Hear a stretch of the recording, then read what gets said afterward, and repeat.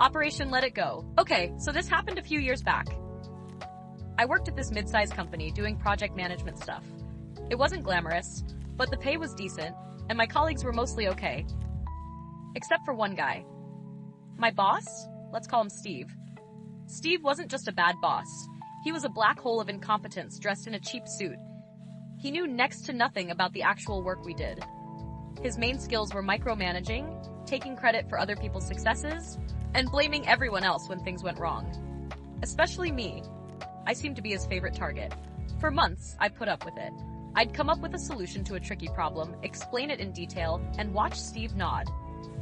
Then, in the next meeting with upper management, Steve would present my solution as his own brilliant idea. I'd bite my tongue. I needed the job. He'd hover over my desk. Dave, are you sure you formatted that spreadsheet correctly? Let me see. I think column G should be blue. It was never helpful. Just constant, pointless interruptions. He'd rewrite my emails to clients, adding jargon he didn't understand, making us look foolish. I'd spend hours fixing his mistakes quietly. The final straw came during the Project Nightingale launch. This was a big one. I'd basically built the deployment plan from scratch. Weeks of late nights, coordinating between teams, triple-checking everything. Steve mostly stayed out of it, probably because he didn't grasp the technical details. Which was fine by me. Launch day arrived. Everything went smoothly. Perfect execution. The client was thrilled. Emails started coming in from senior managers congratulating the team. I felt good, relieved. Then came the team meeting the next day. Steve stood at the front, beaming. I want to thank everyone for their hard work on Project Nightingale, he began. It was a challenging plan I put together, pushing the boundaries, really thinking outside the box. But my vision, coupled with your execution, he gestured vaguely at us, made it a resounding success. My jaw dropped.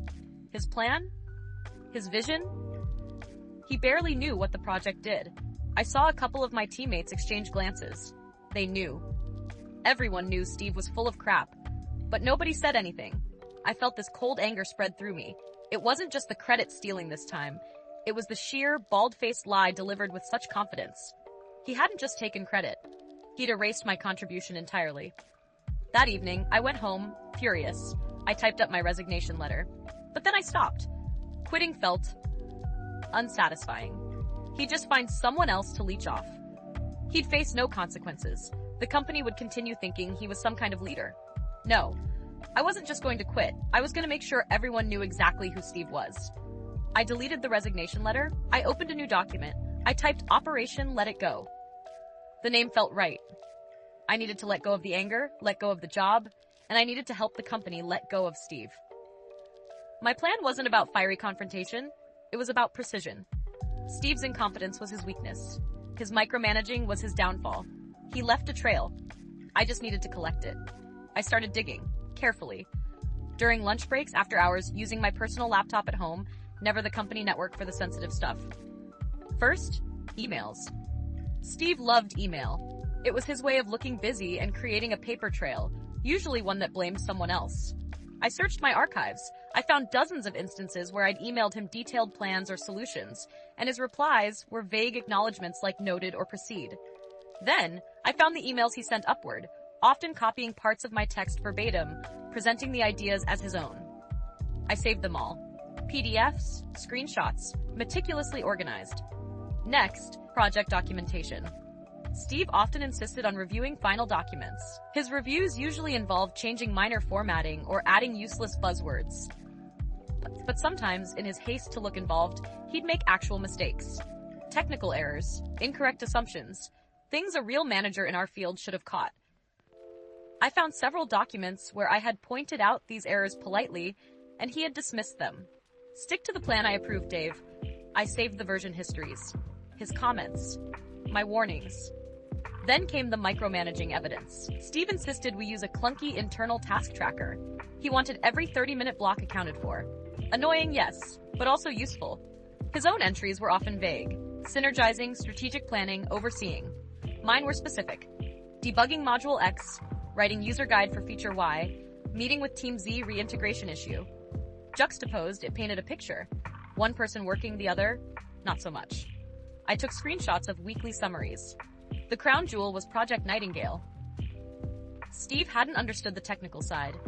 I remembered a specific instance where he'd insisted on a server configuration change against the advice of the tech lead and myself. I read an article, he'd said. This is industry best practice. It wasn't. We pushed back gently. He pulled rank. Do it. We documented our concerns in an email, CCing him. He replied, concerns noted, proceed as instructed. Luckily, the tech lead found a clever workaround that prevented disaster. But Steve's directive was there, in writing. His potentially catastrophic decision, born of ignorance. I compiled everything into a single encrypted folder on a USB drive, labeled Operation Let It Go. It took about 3 weeks. I was careful, methodical. I made sure everything was factual, provable. No opinions, just evidence. Emails, documents, timestamps, tracker logs. I timed my exit. I found a new job first. Much better pay, competent boss, interesting work. I signed the contract. My start date was 2 weeks away. I walked into HR on a Monday morning. I handed in my standard 2 weeks notice. Polite, professional, no drama. Steve was smug when he heard. Well, Dave, shame to see you go. Guess you weren't cut out for this level of dynamic environment. Best of luck finding your pace elsewhere. I just smiled. Thanks, Steve. Learned a lot here. My last 2 weeks were uneventful. I did my handover. I was pleasant. Steve mostly ignored me, already focused on who he'd target next. On my last day of Friday, I finished my handover documentation. I packed my personal items. I said goodbye to my colleagues, the ones I liked. I went home. That evening, around 7 p.m., I put the final part of Operation Let It Go into action. I used a secure, anonymous email service. I drafted a message. Simple. Direct.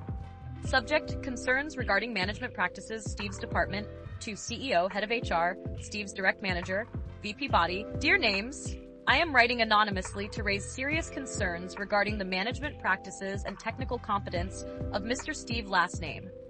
These concerns are based on documented evidence, including internal emails, project documentation with version history, and task tracker logs, compiled over several months.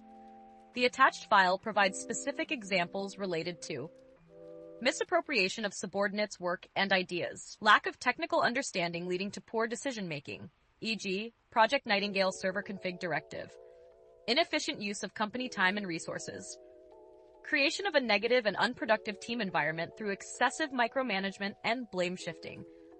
I believe this evidence warrants a thorough internal review. Sincerely, a concerned employee. I attached a password-protected zip file containing all the evidence from my USB drive. I put the password in the body of the email. I triple-checked the recipient addresses. I hit send. Then I shut down my computer. I took the USB drive, walked to the kitchen, and physically destroyed it. I snapped it in half, crushed the pieces. Overkill? Maybe. Felt good, though. I finally let it go. I didn't hear anything immediately, obviously. I started my new job the following Monday. It was refreshing. Competent people. Actual leadership. About 3 weeks later, I had lunch with a former colleague, Sarah. So she said, leaning in conspiratorially after we ordered, "You will not believe what happened after you left." "Oh?" I asked, trying to sound nonchalant. "Steve is gone," she whispered. Like, gone. Really? What happened? Nobody knows exactly who sent it, but apparently the CEO and VP got this insane email. Detailed everything. How Steve stole ideas, how he almost tanked Nightingale, how he basically did nothing all day. It had proof. Emails, documents, everything. They called it the nuke file. I almost choked on my water. Nuke file. I liked it. HR basically camped out in our department for a week, Sarah continued. Interviewed everyone. Steve was sweating bullets. First, they put him on leave. Then last Friday, security escorted him out. His nameplate was gone by lunchtime. Wow, I said, keeping my face neutral. That's unexpected. Unexpected? It's the best thing that's happened all year. Morale shot up overnight. They made the tech lead interim manager. It's like breathing fresh air. We finished lunch late. I felt a quiet sense of satisfaction. It wasn't loud or explosive revenge. It was quiet, documented, professional. Steve hadn't been fired because I hated him.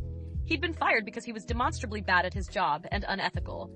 I just provided the evidence management needed to see it clearly. I let go of the anger. I let go of the job. Steve got let go from the company. Operation Let It Go mission accomplished. Yeah,